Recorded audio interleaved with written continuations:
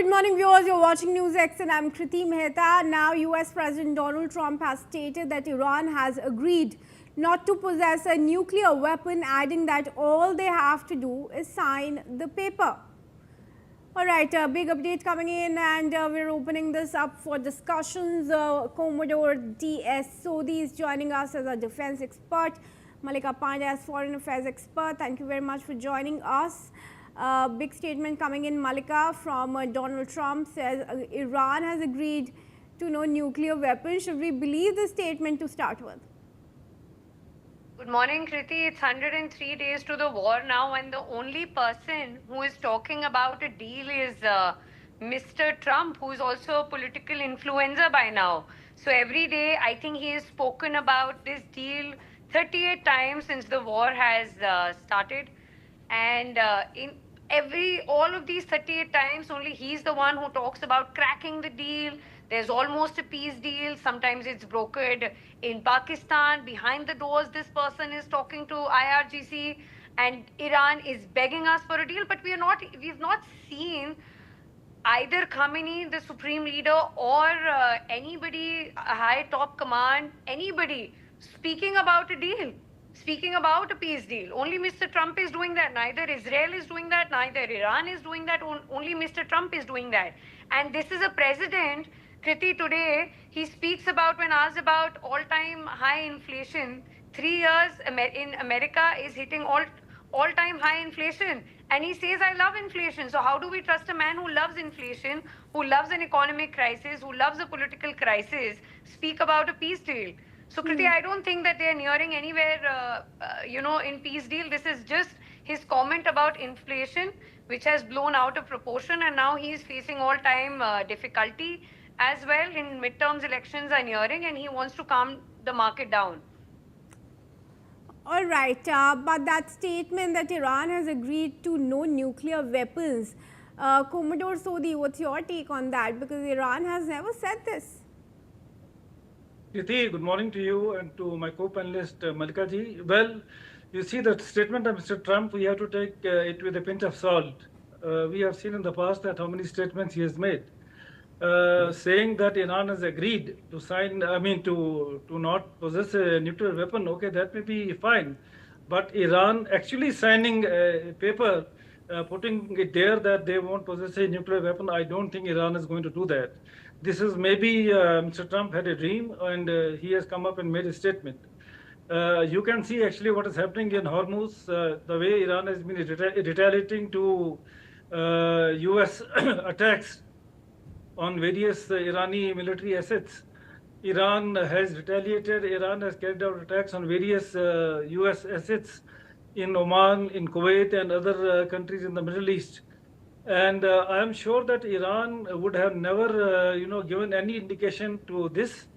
And Iran is going to remain committed to their national policy and national interest with regard to the nuclear program as well as to Hormuz. Because now the statement which has come from Iran that Hormuz is totally closed, this is a matter of grave concern for us too. Because in case no ship is going to pass through Hormuz, that means India is also going to be badly affected. So let us see how things shape up. But yes, the developments which are taking place are very disturbing as of now. Okay.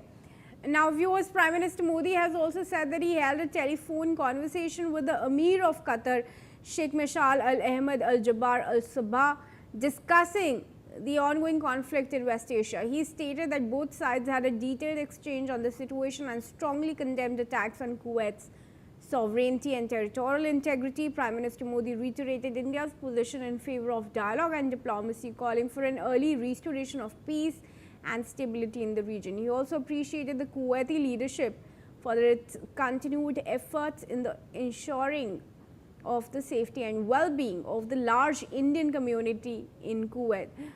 Malik, of course, that outreach was important, but where do India-Iran relations stand as of now? We've continuously seen how Trump has also lauded Prime Minister Modi on completing 12 years consecutively serving as the Prime Minister. Netanyahu, in fact, went on and made a video statement in the middle of the war. But we're not hearing anything from Iran.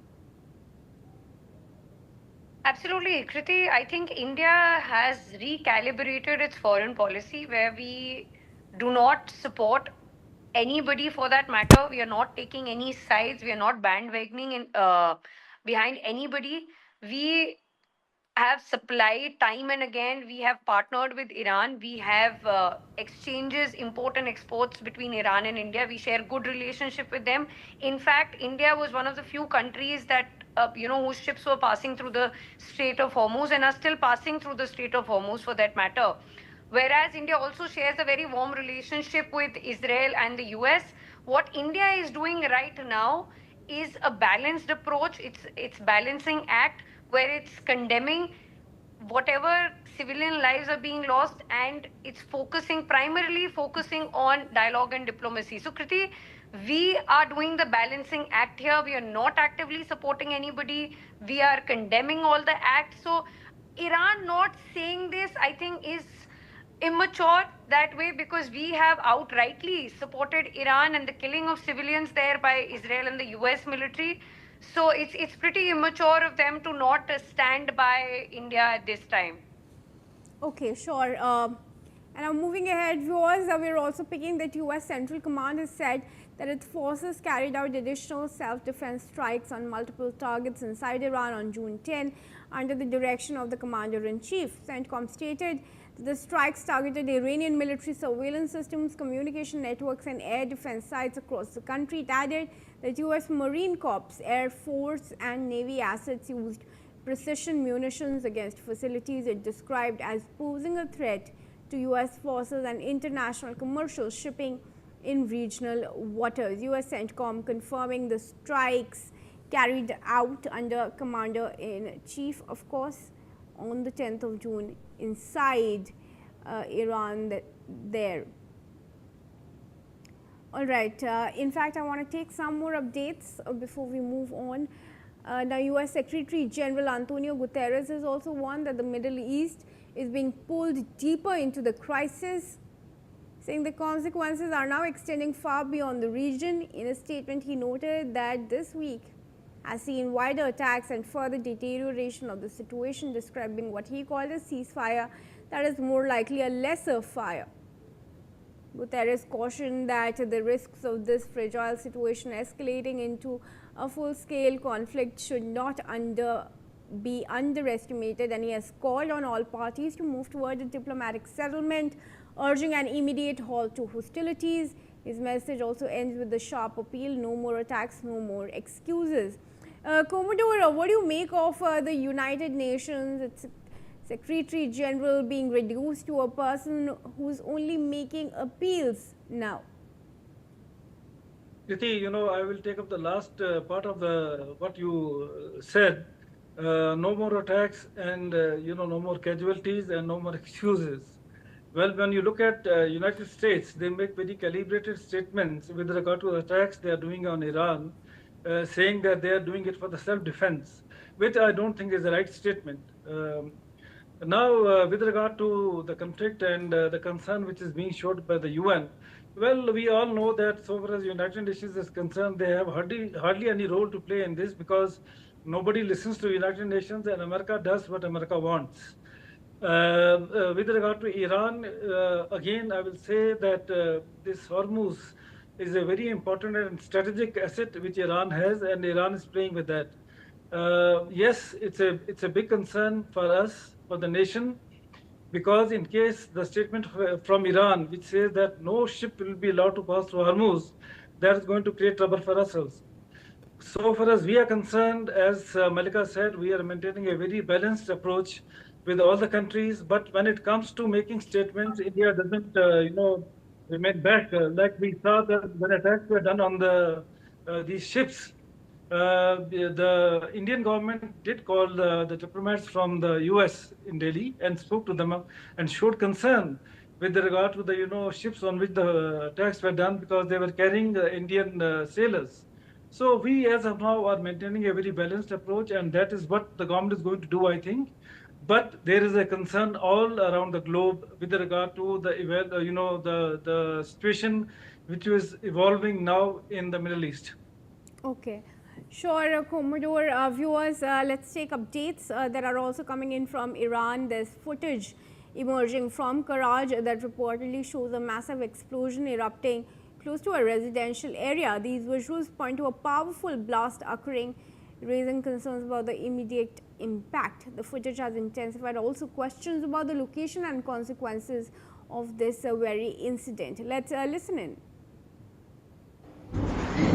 وای خدایا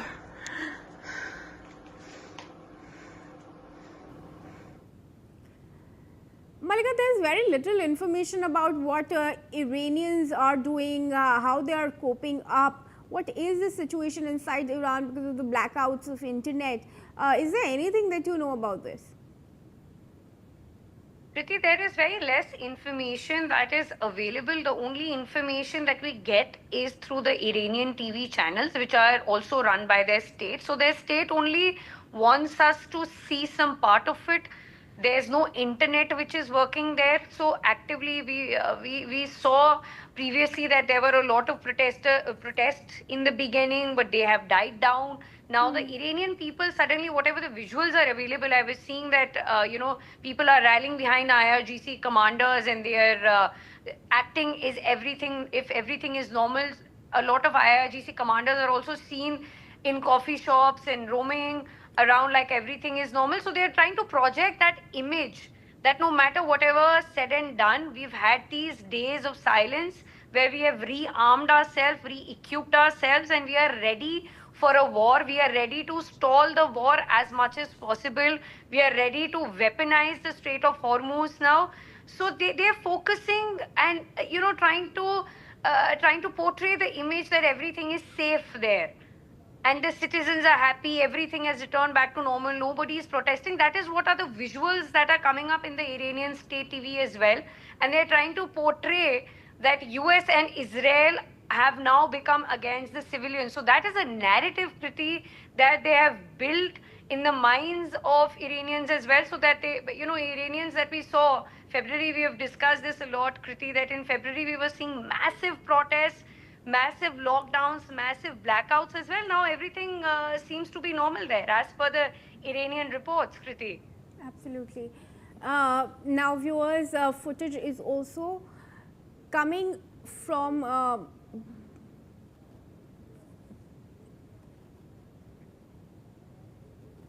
right, pardon me. We have footage that's claiming at least 2 Iranian ballistic missiles may have penetrated air defense systems and possibly slipped past Patriot interceptors, with suggestions they could have struck the Muwafaq salty air base in eastern Jordan.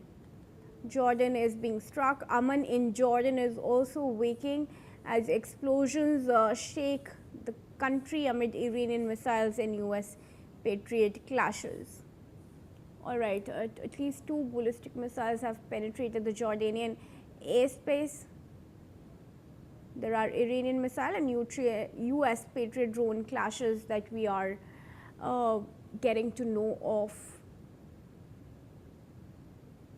Right, Commodore, where is this headed? Strikes in the Gulf country. How damaging can these strikes be in this time around? We have been debating and we have been talking about this. So far as Iran is concerned, as and when Iran is going to be hit, Iran is going to retaliate by carrying out attacks on all the countries in the Gulf where we have the American presence, their bases and infrastructure. Now, so far as Jordan is concerned, we saw in the past also some attacks were done on Jordan, but the missiles were brought down by the air defense systems. It's not possible for the air defense systems to bring down all the missiles, 100% of the missiles down. Some missiles do, get away. And in this case, what you're reporting is that 2 missiles have been able to, surpass the air defense system, and maybe they have struck Jordan. So Iran is very clear, and Iran is saying it openly. They have made it very open statements that they will strike the countries in the Middle East, and they have been requesting the countries in the Middle East not to support US. So as and when Iran gets hit either by Israel or by US, Iran will carry out strikes on various countries in the Middle East. Right, Commodore. Finally, Malika, I'll come to you for some final observations. Reports are also claiming that Iranian missiles have evaded US Patriot defense systems and struck F-35 base. Very important update there coming in, Malika. Of course, Iran has had enough time to replenish its stockpiles, to reassess its strategy, to replan and come back stronger this time around. How much of a threat is this for the US, if at all, do you think, and Israel? It's a big threat, Kriti. It's a big threat because now the Iranians are ready. See, Iranians, like I mentioned before as well, they're not ready to make a deal. They are not going to give their nuclear ambitions as of now, no matter how many times Trump claims that. There's not even one time where they have appeared on their Iranian TV, on the Supreme Leader has appeared anytime and he has mentioned that we are ready to give up, we are ready to strike a deal. They have just been saying one thing constantly. They want to establish their supremacy in the Gulf region. They want to increase the theater of conflict, because they know that if they are weak, they know they are weak, but they also know that they do not want to engage with US directly, only on Iranian and Israeli soil. That's why they are increasing this theater of conflict, Riti, and they want to inflict as much economic and political pressure on the US now. So it is a battle of survival for them, Kriti. It's not a victory. It's not the victory or the win that they're chasing. It's the survival that they are chasing. So it's going to be very, very difficult in the coming days, Kriti, for US and Israel as the conflict builds-ups, as the conflict escalates, and the peace deal now seems to be like the Matryoshka doll. I mean, these Russian nesting dolls, which is very, very complicated. It's one after the other that they are looking forward, one after the other issue that they're contesting on. And no country is going to be insulated by the consequences of this war, Kriti. Right. That's the one thing that we are worried about now. Absolutely. Thank you, Malika. Thank you, Commodore, for joining us and taking part in this discussion. And now, viewers, moving on our focus to other big stories. On Prime Minister Modi completing 12 years, now former Canadian Prime Minister Steve